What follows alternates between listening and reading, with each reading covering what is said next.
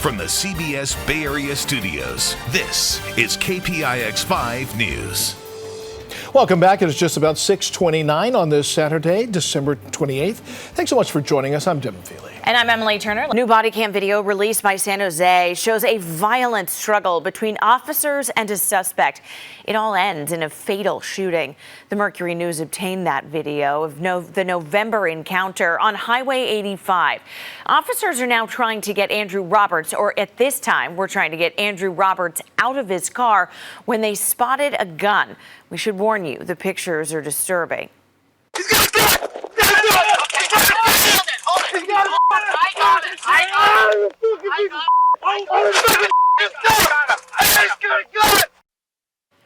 Sergeant Lee Tassio fired a single shot, killing Roberts. Police recovered a Glock 40 caliber pistol from the suspect.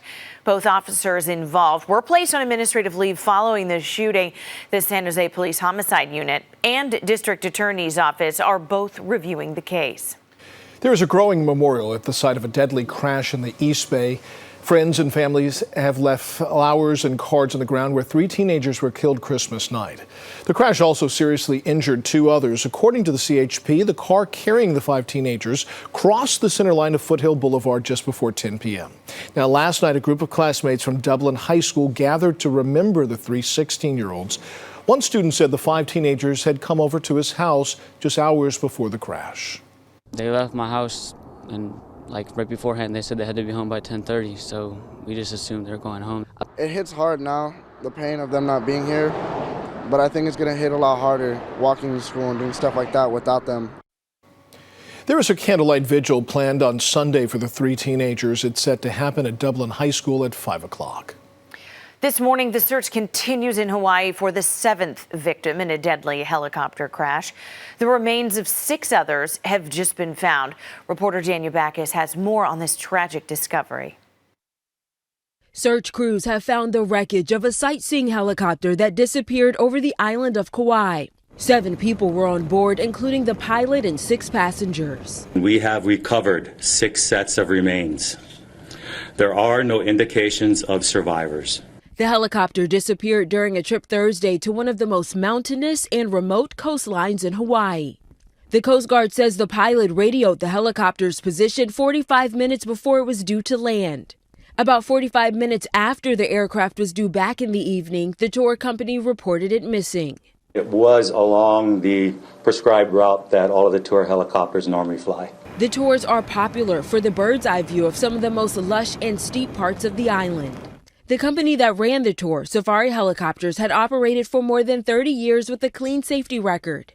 In a statement, Hawaii Representative Ed Case called for more government regulations of the industry, saying tour helicopter and small aircraft operations are not safe and innocent lives are paying the price. The FAA and the National Transportation Safety Board are investigating. Danya Backus, CBS News. The identities of the victims have not been released yet, but officials say 2 of them were children. This morning, a masseuse is behind bars accused of sexual assault in Santa Clara County.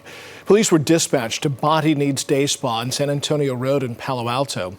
The victim alleges the suspect sexually assaulted her during a massage twice. Police linked evidence to the suspect. 46-year-old Gang Wang was arrested and charged with 2 sexual assault felonies. He was booked into Santa Clara County Jail yesterday. Police believe that there is a possibility there could be more victims. Santa Clara County has a new plan to make sure that restaurants are paying their workers the correct wages, and they're doing it with an app. Right now, county health officials let you check the health inspection records of restaurants on the app SCC Dine Out. But soon, the app will also tell you which restaurants aren't paying their workers according to the law. The Office of Labor Standards Enforcement is already sending out letters to businesses with documented wage theft, and the city hopes that diners' decisions to avoid bad businesses will urge them to pay up. If a minimum closure is 5 days, how much business is that compared to the amount of the judgment that's owed? Based on our data, we have judgments. We're sending out letters for judgments that are as little as $500. If they don't pay, the businesses will be shut down. Now, the first closures and the appearance on the app, those are expected in about a month. There are as many as 3,000 open wage theft cases in Santa Clara County alone, with an estimated $5 million in unpaid wages. New Year's Day will bring a $4 pay bump for minimum wage workers in Menlo Park, but this wage hike makes things harder for small businesses. Now, right now, the minimum wage is $11 an hour. In 2020, it'll be $15. While owners say they understand the soaring cost of living, they still have to adjust to this new cost of doing business. Among their concerns, employee equity and not having the means for a large staff. I mean, we have some really dedicated, long-time, full-time employees, and we want to be sure that we are supporting them in every way we can. But then we also have the entry-level worker, and when those two wages kind of collide, that's when the problem becomes. Me and my wife, and 2 people in the kitchen, 2 people in the dining room, you know. Menlo Park and a few other cities are ahead of pace at the moment. By 2023, California's plans is to reach $15 minimum wage statewide.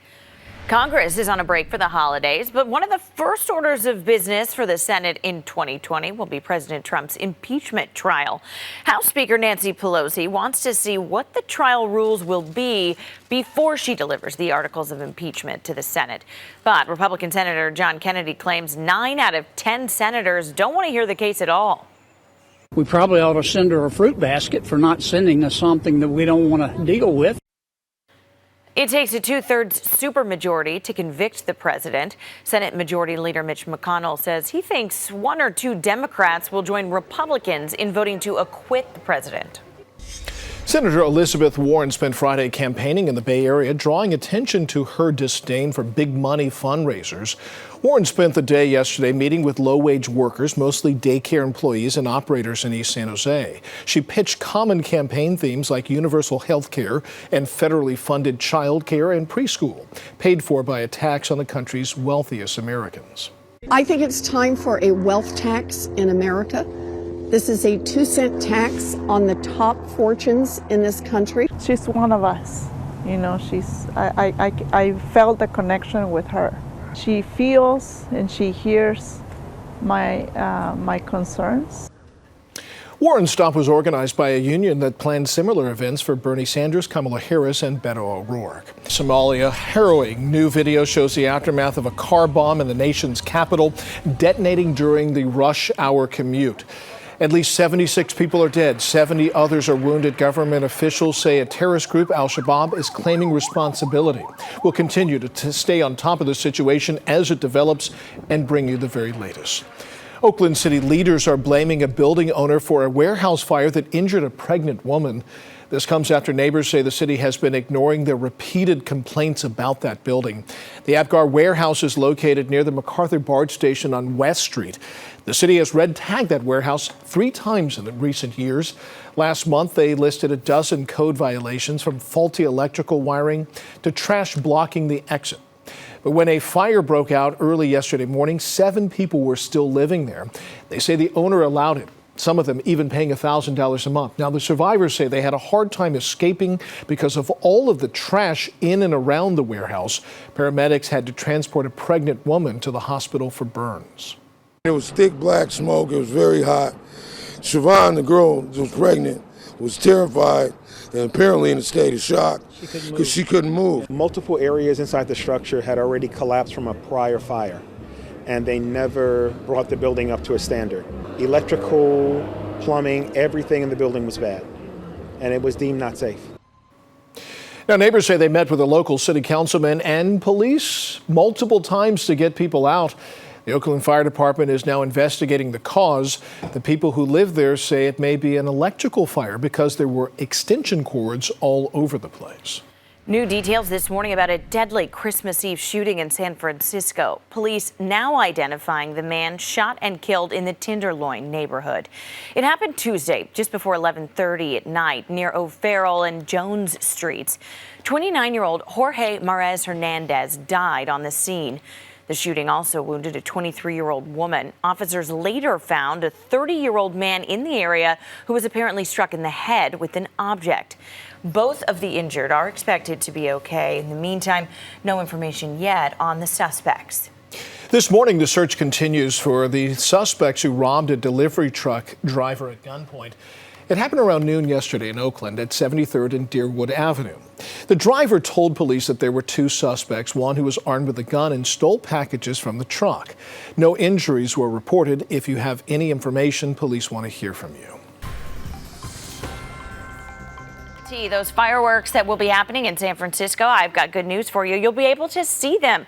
51 degrees by 8 p.m. and by midnight it'll be about 48. So it will be chilly out there, but it will be clear.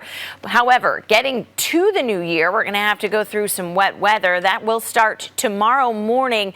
Pretty much all day it'll be rainy. So if you want to do something outside, today's your day to do it because it's going to be beautiful, especially all in the afternoon hours. Then behind that rain on Monday and Tuesday, after those clouds clear, it will be sunny and gorgeous outside as well before clouds return with the possibility of rain by the end of the week. So if we could have a morning like this morning or, for New Year's Eve night, that'd be beautiful.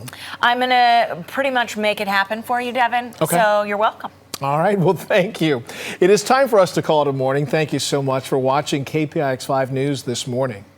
Yep, we'll be right here back tomorrow morning at 6 o'clock. Be sure that you enjoy your Saturday and as you get ready to count down to the new year.